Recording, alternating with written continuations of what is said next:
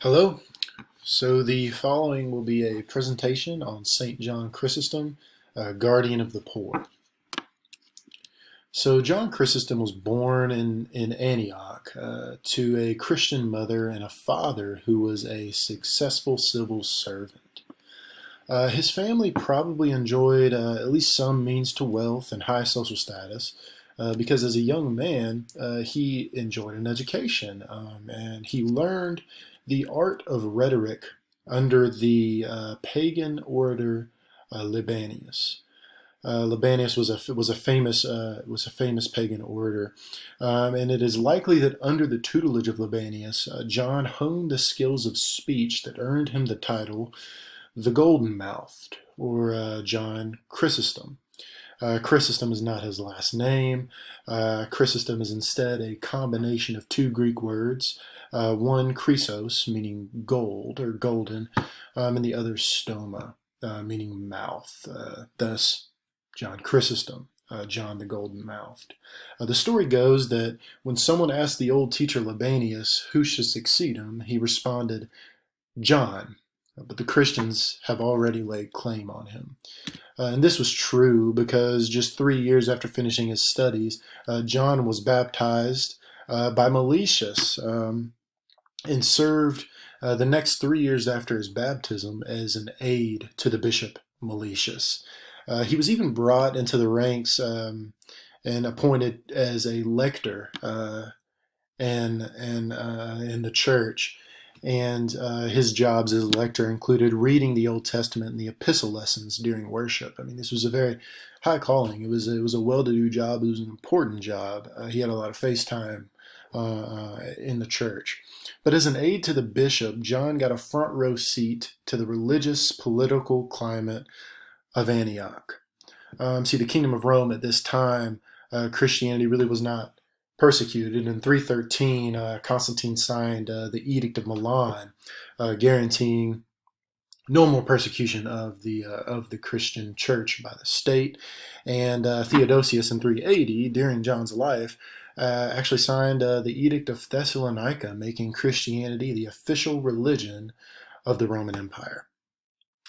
But it is very likely that this marriage between church and state at this time, between the Christian religion and the Roman state, created in Christianity and in the church kind of a lackadaisical Christianity.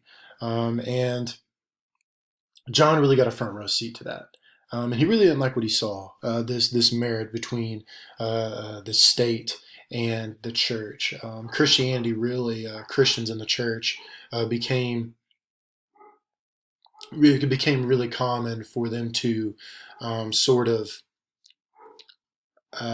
mix their Christian faith with their citizenship to Rome. So what it meant to be a good Christian really kind of became synonymous with what it meant to be a good Roman citizen, and everything that came with it. Luxurious lifestyles, wealth upon wealth, the wealthy getting wealthier and the poor really getting poorer, and the wealthy getting wealthy upon the backs of the poor. And seeing all this, John didn't like any of it, and he decided to withdraw to the Syrian mountains. And in the mountains of Syria, he learned under an elderly Syrian ascetic for 4 years.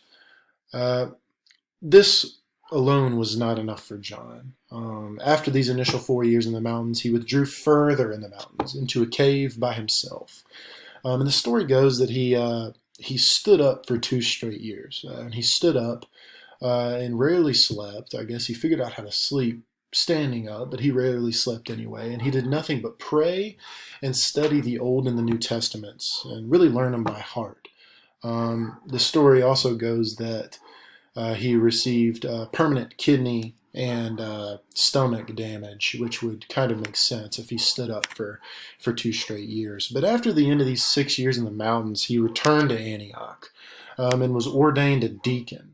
And then later a presbyter shortly thereafter. But during his time in Antioch, the golden mouthed John really began to shine.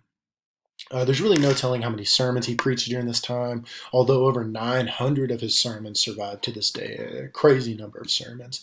But he really is looked at as, in the Eastern Church, he's an Eastern father, as one of the greatest preachers of all time, if not the greatest preacher of all time. One of his most impactful sermons that he preached was the Paschal Sermon, and it's still read every year at Easter in the Eastern Orthodox Church. But it was also during this time that we see John's central concern for the poor and the calling for the church to action regarding Antioch's poor, really a countercultural call, began to shine through during his time here. He preached a sermon called Against Hippodromes and Theaters. This might be a weird thing. This might seem like a weird thing that John was against, vehemently against in this time, and a strange sermon to give. But one of the main purposes of hippodromes and theaters, hippodrome, you actually have a picture of it right there, used for horse racing and other activities, but mostly horse racing. But one of the main purposes from hippodromes and theaters was to entertain, but not only entertain, but distract the citizens of Rome to the problems at hand, and notably the poor. These events were meant to distract the poor from their suppressed and oppressive situations. And in this sermon called Against Hippodromes and Theaters, John says that these events that happen in the hippodromes and theaters, these events have made the people become so frenzied that they fill the whole city with their shouting and disorderly racket, creating huge laughter, or rather lamentation. And all of this was going on, all this laughter and lamentation that John calls it, during these events were going on, John says, just 3 days after a stormy rain cloud burst and soaked everything.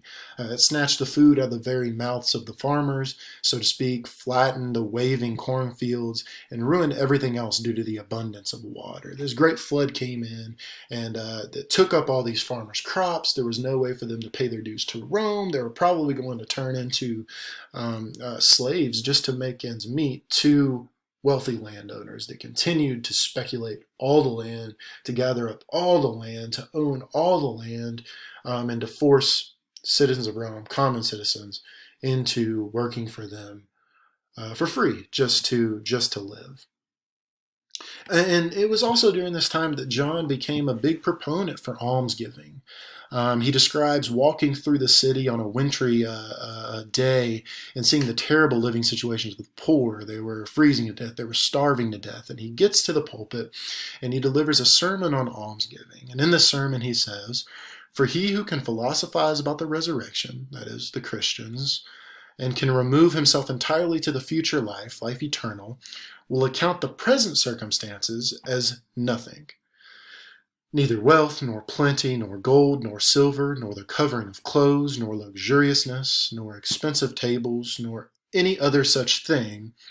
And he who accounts these things as nothing will more readily abound in guardianship of the poor." John really, throughout his ministry, became a guardian of the poor. That's the title of this presentation, John, Guardian of the Poor.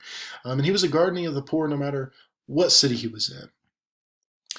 On September 26, 397, an unexpected thing happened. Nectarius, the bishop of the capital of the Eastern Empire in Constantinople, suddenly died. And the emperor himself ordered that John be taken to the capital city to occupy that prestigious position as bishop.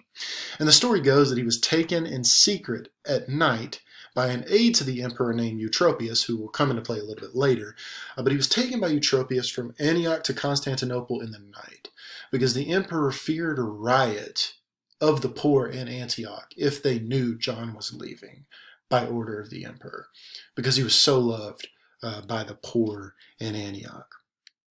But when John gets to Antioch, when John gets to Constantinople, rather, he really faces his biggest pastoral challenge.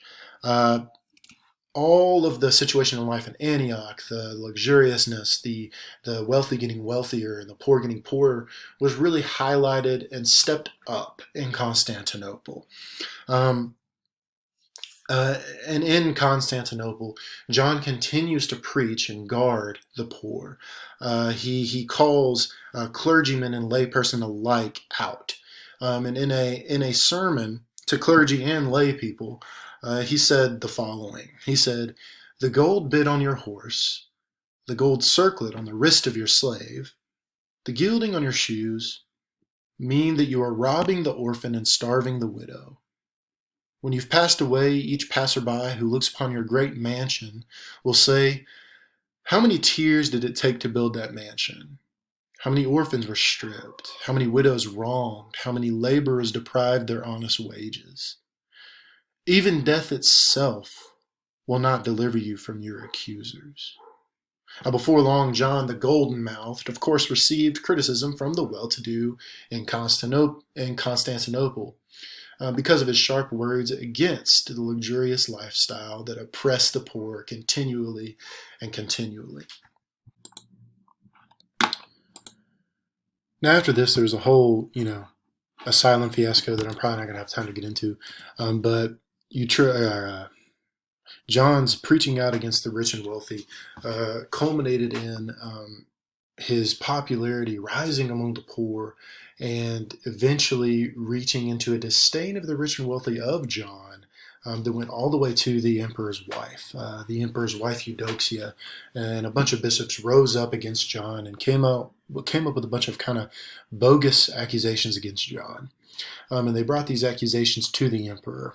And what the emperor did was he responded by sending John outside of the city. He sent John outside of the city, and in response to that, the poor in the city of Constantinople revolted. They revolted against the emperor and the empire, and they rioted in the streets. And in response to this revolt, the emperor brought John back. And when John came back, Eudoxia, the emperor's wife, and all these bishops that came up with these bogus accusations were unrelenting, and they came to the emperor again, and they forced the emperor's hand. Kind of a weak emperor, if you ask me. But in response to Eudoxia and the bishops, the emperor exiled John to Chrysostom. And in response to that, the poor riot again. But in response to this new riot, the emperor calls in the army, and they take all the poor in the city who are rioting, and they torture them and kill them. But Innocent, the bishop of the Western Empire in Rome, the bishop of Rome, Innocent, he actually comes in and he backs John Chrysostom, and in response to all this political pressure, the emperor decides that the best thing to do would be to further exile John from any contact into some hamlet in the Black Sea.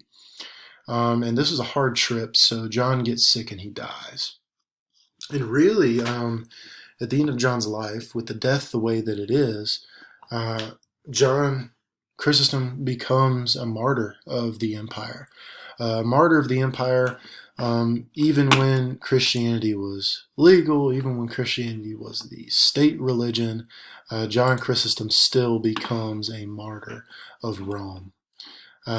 Because of his continual preaching against the wealthy and standing up for the poor and being a guardian for the poor, he is put to death by the emperor and the empire.